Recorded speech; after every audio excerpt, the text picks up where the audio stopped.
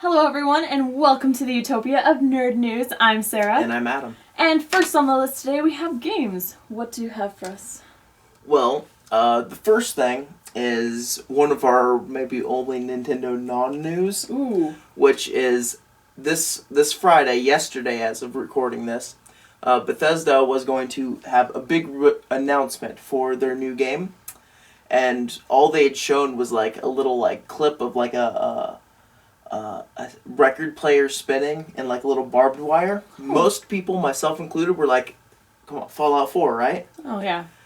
It turns out it's going to be a new IP. Oh. And it's going to be a survival horror game called The Evil Within, and it looks horrible. Really? They didn't even show any like gameplay, no cinematics, anything. It was a completely person acted out trailer. With like a guy in a mask and a giant hammer. It just looked really generic for the genre. Yeah, and kind of disappointing. I was hoping for some Fallout 4. That sounds very interesting. Not really, but really? They had it acted out? Person acted out? Right, like it's not uncommon, like Mass Effect had an acted out kind of commercial before ME3 and right, and some others do that, but those are already like established genres. Right, guy with a mask and a hammer. Yeah, and like some lady with like forearms. But let's move on. Okay. We've got a lot of Nintendo news to go through, and the first one is there will be a new Zelda game for the 3DS. Yay, Zelda fans. And here's the best part. It's going to be a sequel to my personal favorite Zelda game of all time, A Link to the Past. Okay, I was going to say, please don't say the Majora's Mask. No, A Link to the Past. Majora's Mask is scary. And it's going to be done in kind of the same art style as A Link to the Past. Oh, cool. Where it's got the over-the-head view. And they're going to be using the 3DS function. And you're going to be able to, like, flatten against the wall and, like, creep along the wall, like your paper against the wall, and just cool things like that. Looks really cool. Sounds it looks really cool. It's really cool. And more Zelda news. It was announced today that the Zelda titles, Oracles of Ages and Oracles of Seasons, will be released on the 3DS market. On the date of May 30th. Yay! And they will have connecting things if you play them both. Playing one will unlock things for the other, and vice versa. So that would be games I should invest in. Potentially, yes. There's a lot of good 3DS games coming out. Yay! Yay 3DS. Speaking of 3DS games, you remember 2 weeks ago on our first episode when I mentioned Shin Megami Tensei 4? Yes, I do. Well, they came out today with Shin Megami Tensei 4's special edition, and the things that will be coming with it. What comes with it? As well as the price for it, and all that. It will be $50 for the special edition. It's not too bad. No, not for special Not edition. for special, yeah. And it comes with some cool stuff. It'll come with a starter strategy guide, which will have maps and how-tos and things like that, which is kind of it's okay for people who like those things. Yeah. Completionists would love that. Those things are normally like, what, $15-$20 by themselves? Yeah, so kind of ridiculous, so that's pretty cool. And the other thing it's going to have, which I think is really cool, it's not uncommon to see CDs with albums, or with songs from the games, right? Right. But this is going to have songs throughout the entire history of the Shin Megami Tensei. Over 20 years, they're going to pick out their favorite songs and they're going to put them all on this CD. So I think that's really cool. That is really cool. And with both of those, they're going to have completely collectible, drawn out like cases for them. Oh wow. And they have an artist by the name of Masayuki Doi, who is making both the cases for both of those. But if you want the special edition of this, you're going to have to order it early on, because it's only going to come out with the first printing of this game series. The future ones will only have the game. So order them soon, whenever they are available, to get the special stuff. And in our last little bit of gaming news, Animal Crossing 3DS was announced to have a bundle upon release. Oh, cool. So if you don't have a 3DS XL and you're a big fan of Animal Crossing, this one might be for you. It's got little pictures of just little cutesy things all over the 3DS. Like TV stuff?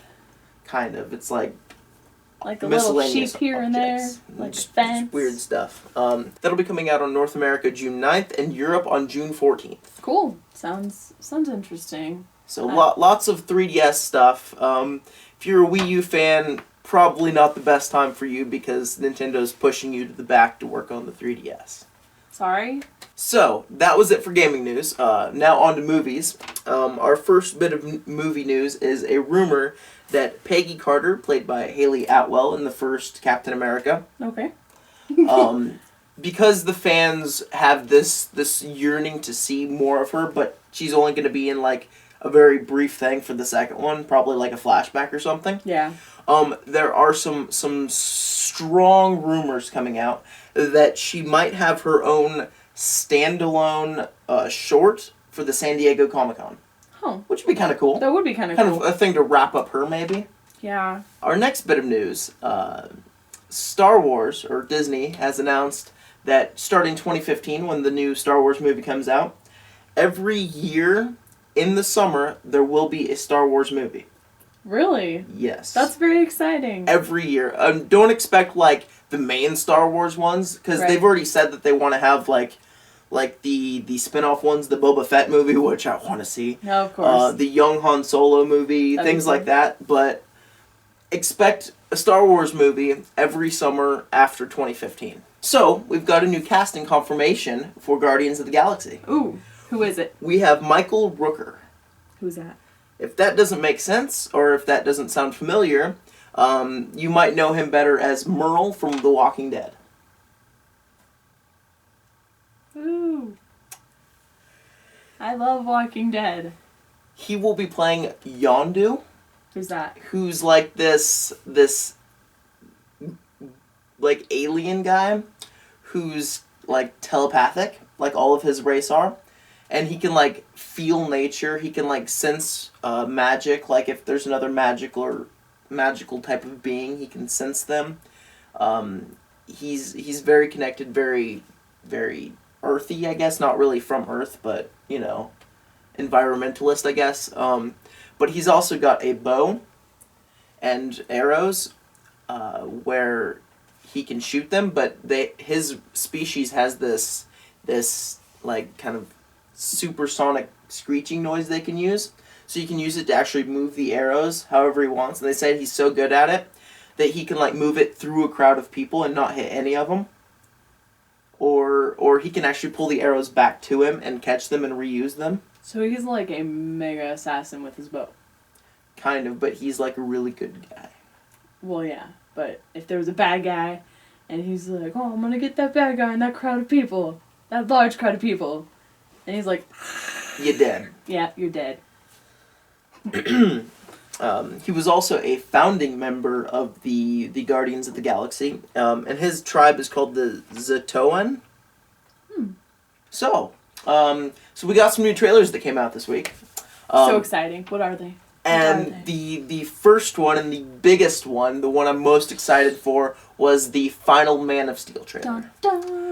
This one finally has real details on the movie, at least to some degree, without spoiling anything, because, I mean, it's like, it shows off, you know, Superman-y type stuff. It shows off what a lot of the actors, Michael Shannon included, playing Zod, which, oh, he looks so good as Zod. I'm so excited. I'm so glad that they got such a good actor to play that role. Yes. Yeah, you know, it looks really good. It does. It looks pretty awesome. I'm excited for the Men of Steel coming out this year. And I'm not a huge DC fan, but, you know, I love Superman and Batman and, you know, the common ones of the DC universe. But yeah, it doesn't give away too much, but it gives, you know, us enough to make me want to go see it. Well, like the other trailers were like, here's Superman. He can fly. You know, it's okay. You know, it's cool.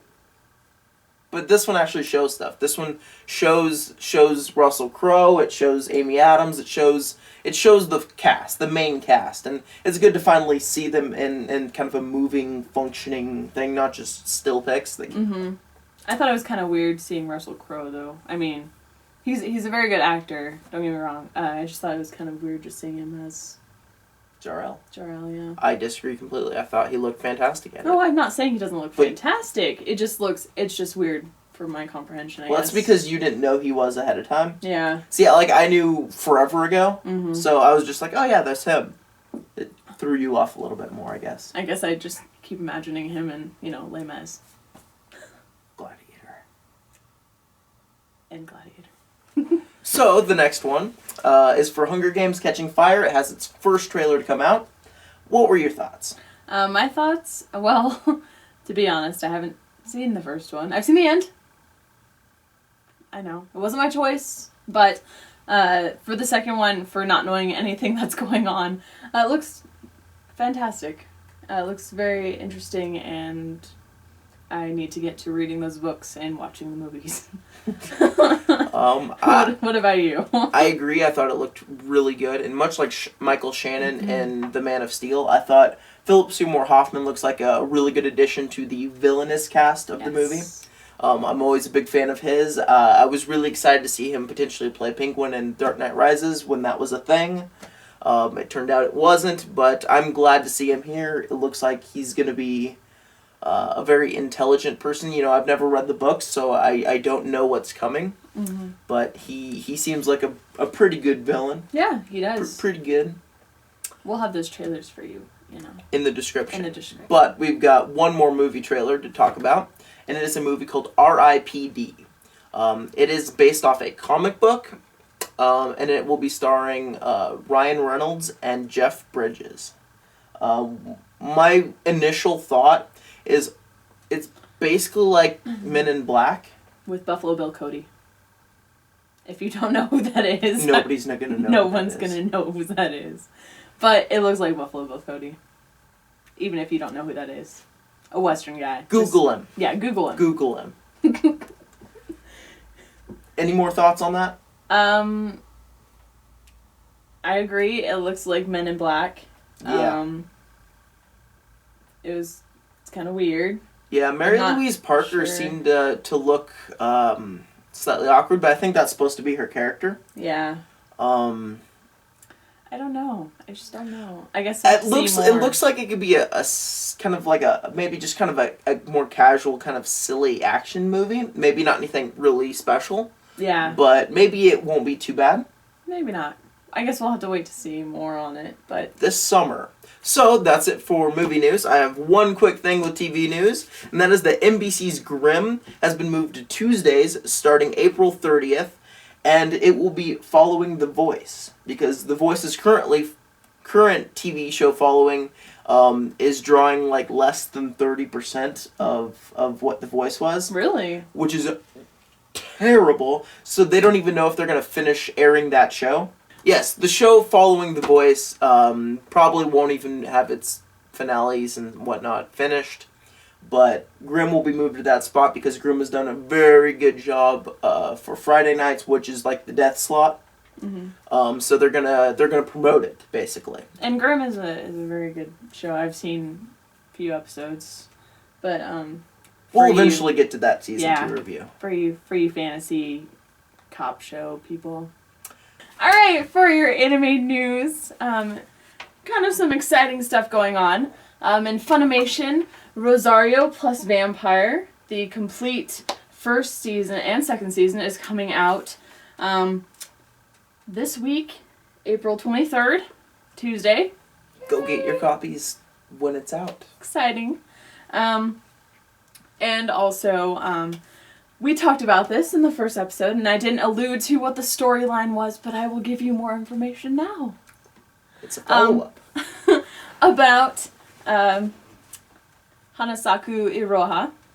It is the Premium Edition Volume 1 is out now, so you can go get that. But it's Hanasaku Iroha, Blossoms for Tomorrow, and the Volume 1 premiere edition. It includes 2 Blu-ray discs and 2 DVD discs. Whew. And it's also comes with a collectible slipcase and a book with 36 pages of like the artwork, and it goes more in depth about, you know, the drawing sketches and stuff like that.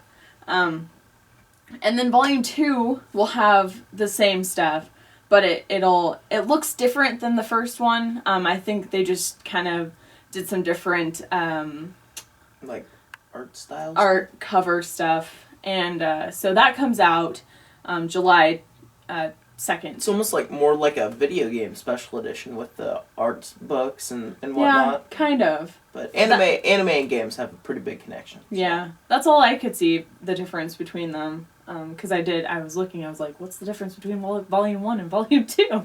One comes out later and it looks different. But anyway, for you out there who do not know what Hanasaku Iroha, The Blossoms for Tomorrow, is about, it is about when Ohana's mother flees with her boyfriend to avoid paying his debts.